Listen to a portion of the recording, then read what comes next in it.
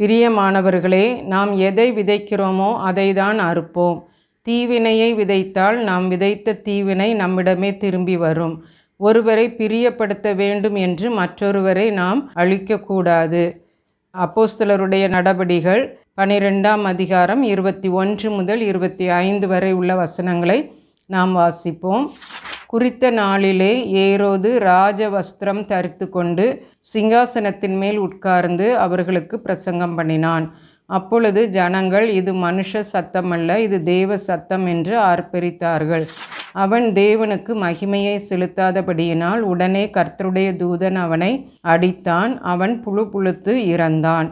தேவ வசனம் வளர்ந்து பெருகிற்று. பர்னபாவும் சவுலும் தாம் ஊழியத்தை நிறைவேற்றின பின்பு மார்க்கு என்னும் மறுபேர் கொண்ட யோவானை கூட்டிக் கொண்டு எருசலேமை விட்டு திரும்பி வந்தார்கள். இந்த பகுதியிலே நாம் பார்க்கும் பொழுது ஏரோதுவின் வாழ்க்கையின் முடிவை நாம் காண முடிகிறது.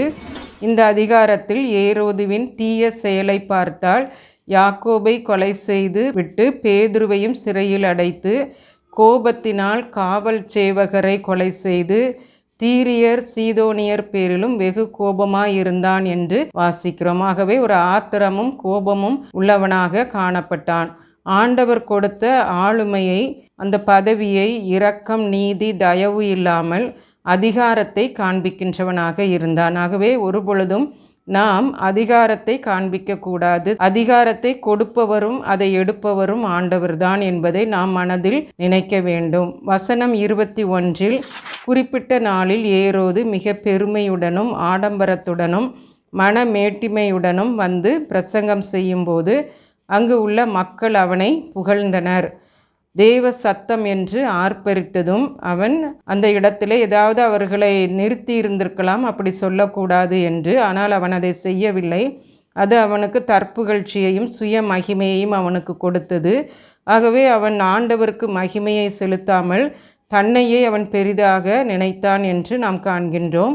தூதன் அவனை அடிக்கவும் அவனுடைய முடிவு பரிதாபமாக இருந்தது. ஆகவே இதிலிருந்து நாம் ஒரு பாடத்தை நாம் கற்றுக்கொள்கின்றோம். ஆண்டவருக்கு மட்டும்தான் மகிமையை நாம் செலுத்த வேண்டும். நம்மையோ இல்லை பிறரையோ நாம் மகிமைப்படுத்தக்கூடாது என்று நாம் பார்க்கிறோம். ஏனென்றால் ஆண்டவரை மகிமைக்கு பாத்திரர்.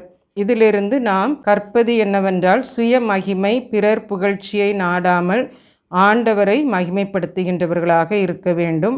ஆண்டவருக்கு முன்பாக பெருமை பாராட்டாமல் நம்மை தாழ்த்த வேண்டும். ஏனென்றால் அவர் சிருஷ்டிகர், நாம் சிருஷ்டி. நம்மை மகிமைப்படுத்த ஏதும் இல்லை. ஏரோது மரித்ததும் தேவ வசனம் வளர்ந்து பெருகியது. ஆண்டவரின் வசனம் விதைக்கப்படவும் தேவனுடைய ராஜ்யம் விரிவடைவதையும் யாரும் தடுக்க முடியாது. ஏரோது பயமுறுத்தி சிலரை கொலை செய்து துன்புறுத்தி சுவிசேஷம் பரவுவதை தடுக்க நினைத்தான். ஆனால் தடுப்பவன் இல்லாமல் போய்விட்டான் என்று நாம் பார்க்கிறோம். ஆகவே தேவ வசனம் விருத்தியடைந்தது. ஜெபம் செய்வோம். அன்புள்ள தகப்பனை, உமக்கு முன்பாக நான் தாழ்மைப்பட எனக்கு கிருபை தாரும் ஆண்டவரே. ஆமேன்.